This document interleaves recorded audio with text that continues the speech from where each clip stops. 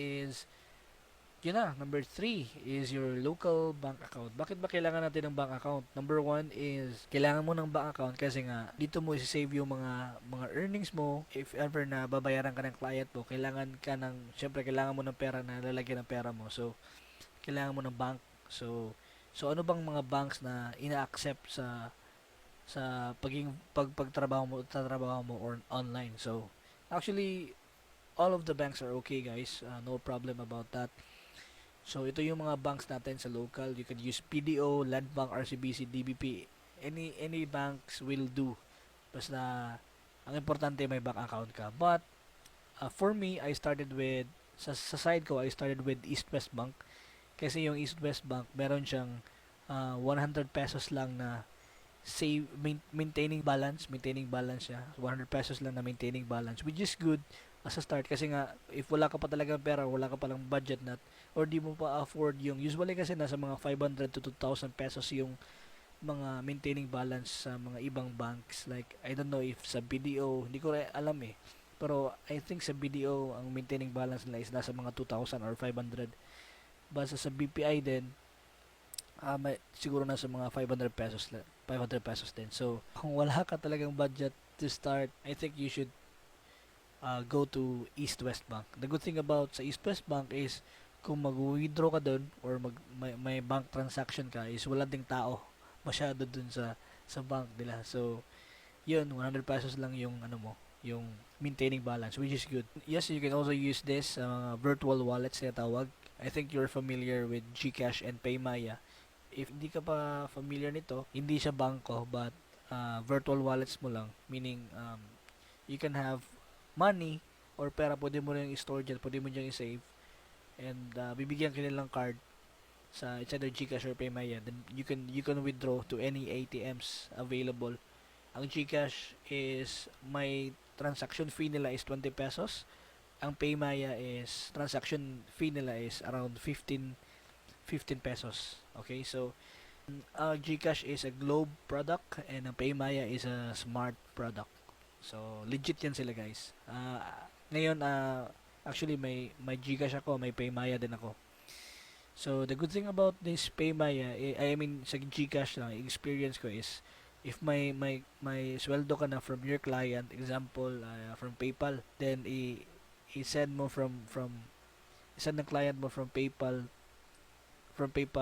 their PayPal to your PayPal, then if mag-withdraw ka from PayPal to your GCash, it will only take siguro mga 1 to 2 seconds, then darating na yung pera mo sa card mo and then you can withdraw. The same thing din sa Paymaya mo. So it's really good having this virtual wallets as well. So next, if you have some questions regarding with how to sign up with GCash, you can just simply Google it. But there are three easy ways. So nakita nyo dyan, um, three easy ways to start your GCash. So yun to, mag-download ka lang sa GCash app, then i-dial mo yung asterisk 143 sharp, then you can message them via sa Facebook Messenger. Kasi ang the way ka mag-register sa GCash is example may app ka na, 'di ba? May app ka sa GCash. Then i-dial mo yung number mo, i-register mo. Simple lang, guys, parang nag-sign up ka lang ng Facebook. And then pag okay na, kailangan kasi ng GCash na i-verify yung identity mo. So, kailangan mo i-contact yung GCash na support. Ito yung nakalagay dito para i-verify ka nila via video call. I think you have to wait for maybe siguro mga 12 to 15 minutes and then may isang agent na tatawag sa iyo. Be sure na naka-headset ka and be sure na ready ka dun sa mga IDs na i-present mo.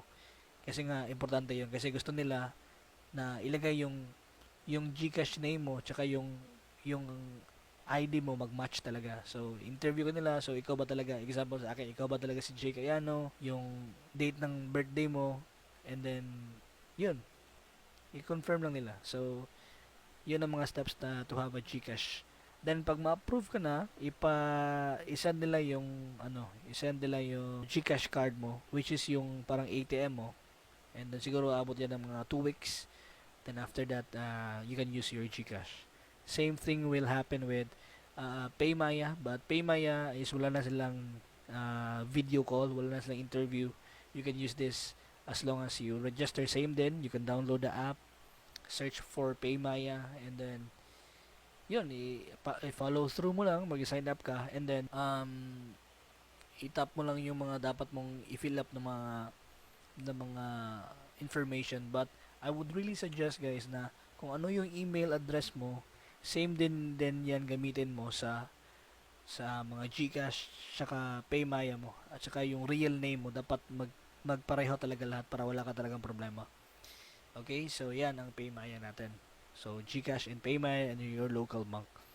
Tool number 4 is create your PayPal account. So ano ba yung PayPal account? Ang PayPal account is an online financial service that allows you to pay for items using a secure internet connection. Or in other words, this is where freelancing websites and clients will pay you. So dito ka binabayaran ng mga client mo.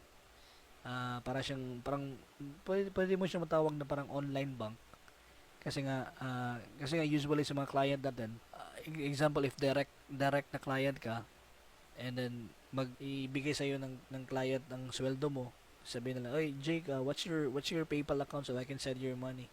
So, send mo yung PayPal email mo, yung example jakeayano@gmail.com, then yun na, i-send nila doon, then makukuha mo na yung pera through PayPal account. So this is really important if you want to work as a virtual assistant or as an online freelancer, you should have a PayPal account. That's really mandatory talaga in working online. So how do we create a PayPal account?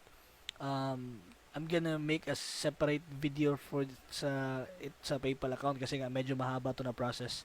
Kasi bibigyan ko kayo din ng mga tips kasi nga yung name mo talaga is the same with your email, parang gano'n, para to avoid any conflict in the near future. So gagawa ko ng separate video ito guys under this course. So let's proceed to number 5. Number 5 na tool that you need is yung money, or kailangan mo kasi ng pera to start with this service kasi sa virtual assistant. But if you have money na already, then you can skip this part na. Kasi nga, you need money to buy your laptop, your personal computer, or your bank account, di ba? Mag-set up ka ng bank account, and magpa-connect ka ng internet. So, you really need money. So kung tanong is, how much ba yung money na kailangan mo? How much money do you need to start working as a virtual assistant? So, I think the cheapest way to start is to start with a personal computer. Kasi nga, yung personal computer, di ba, mas cheap lang siya. And you can have all the specs that you want, and it will work. The personal computer that you will buy, I think it will work for the next 6 years, 7 years. Depende rin sa pag-maintain mo. And then I would really recommend, kung medyo tight yung budget mo, is to choose na lang sa personal computer. So ang worth ng personal computer natin is maybe around 18,000 pesos. And sa webcam at saka headset mo, since wala siyang built-in, I think nasa 1,500 yan siya. Or maybe 1,000 pesos lang pag makalas ka. Or maybe if may mga kilala kayo na nagbebenta ng mga personal computer na mabibili nyo within siguro mga 10,000 pesos lang or 15 pesos, then that's a good thing na makalas kayo. So next is ano pang dapat natin gawin? Bilhin. So yung internet connection natin. Let's say for example, yung pinili mo is 1,500 per month. Usually sa installation fee natin, nagbabayad tayo ng mga more or less 2,000 pesos. So ilagay natin dyan na 2,000 pesos lang. And then yung monthly na internet connection mo is abot ng siguro 1,300 to 1,500 or 600. Depende sa plan na kukunin mo. O ano pa. Next is siguro bank account. To start having your bank account, siguro abot din yan ng 500 pesos. Kasali na dyan yung mga lunch nyo. Kasi nga, parang whole day ka talaga mag-sign up for a new bank account. So, lagay natin yun ang total mo. 18,000 yung personal computer, 1,500 yung webcam tsaka headset. Yung internet connection natin is abot ng 1,500. Yung installation fee is 2,000 pesos. And then, yung bank account fee mo, siguro nasa mga 500 pesos. The total amount is nasa more or less 23,500 yung kailangan natin to start with this kind of service or business. Kasi nga, kung wala ka pang pera, kailangan mo talagang na mag-invest. So, ito yung nangyari sa akin eh. So, since wala pa talaga akong pera to start with, humiram ako ng pera sa mother ko. Humiram ako ng 20,000 pesos. And then sa 20,000 pesos, talagang pinag-cash niya ko ng personal computer ko, then yung internet connection, pinag-cash niya ko talaga yun lahat.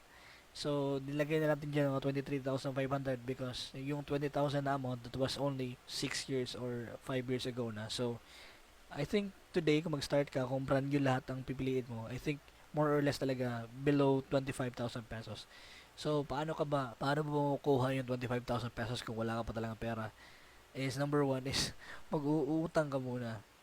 So, yeah, uutang ka muna or kung may magpa-swipe sa'yo ng credit card, then that's okay. And the good thing about this is pag maka-start ka naman ng work mo, mababayaran mo rin yan. Kasi nga may mga times din na kikita ka within a week ng 25,000, within a week ha, or lagay natin within a month 25,000. So, for sure talaga, mababayaran mo yan in less than 6 months for sure. Next is, yung 5 tools recap lang tayo guys. Ito yung 5 tools natin. Dapat, number 1 is you should have your own laptop and computer. Importante talaga to guys. Hindi ka makapag-start ng online, hindi ka makapag-work as a virtual assistant kung wala kang laptop or computer. Dapat sa'yo talaga.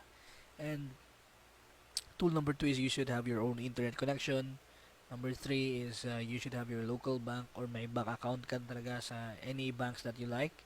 And number 4, very important din to, PayPal account. You should have your PayPal account and I will make a separate video from making a PayPal account.